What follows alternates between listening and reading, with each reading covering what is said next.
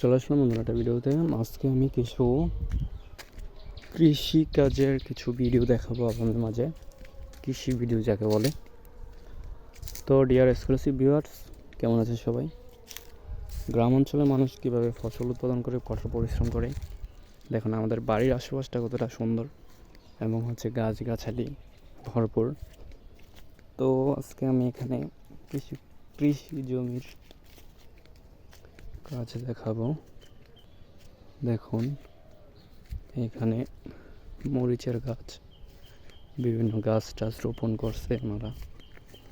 সামনে ভুট্টা ক্ষেত আছে, নতুন এই চাষ করতেছে। ভুট্টা হচ্ছে ভালো ফলন দেয়। তো অনেকে হচ্ছে ভাজা ভুট্টা পছন্দ করেন, ভুট্টা পোড়ে খায়, অনেকে এটা পছন্দ করে। এখানে একটা ছোট্ট মরিচ বাগান আছে, মরিচ লাগাইছে। দেখুন মরিচ কীভাবে ধরে রয়েছে। ভুট্টা ক্ষেত্রে অনেক সুন্দর।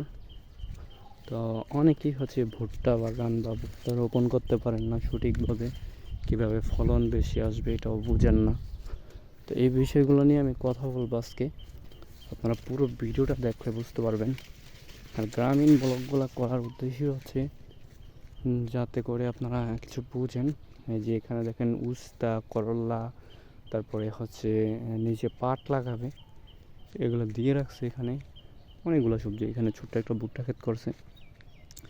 তো আমাদের এই পরিবেশগুলো আবার হচ্ছে দেখেন এখানে ধানের জমি রোপণ করছে। আমাদের গ্রামে কিন্তু কৃষকরা প্রচুর কঠোর পরিশ্রম করে এই রোপণগুলো করে। আর দেখেন উস্তাগুলো যাতে সঠিকভাবে হয় এই জন্য কীভাবে মাচা তৈরি করে দিচ্ছে। মাচা পদ্ধতিতে কিন্তু আপনার ভালো ফলন হয়।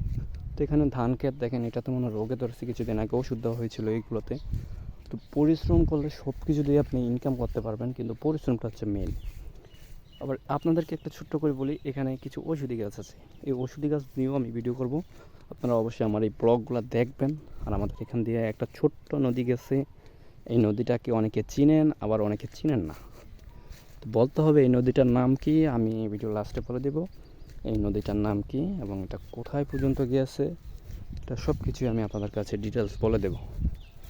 তো আমাদের এই নদীটা হচ্ছে অনেক আগেই খনন করা হয়েছে, ছোট্ট একটা নদী। এটা দিয়ে বর্ষার সিজনে মানে ট্রলার, নৌকা এগুলো যায়। এবং সামনে একটা হচ্ছে জাল আছে, যেটা দিয়ে মাছ ধরা হয়। যে কোনো টাইমে এটা দিয়ে মাছ ধরে। আর এটার ভিতরেও কিন্তু পুঁটি মাছ আছে। তো আপনারা সবাই অবশ্যই একটু ভিডিওটা শেয়ার করবেন, বেশি বেশি আমাদের মাঝে ছড়িয়ে দিবেন। ভালো থাকবেন। আল্লাহ হাফেজ সবাইকে, ধন্যবাদ।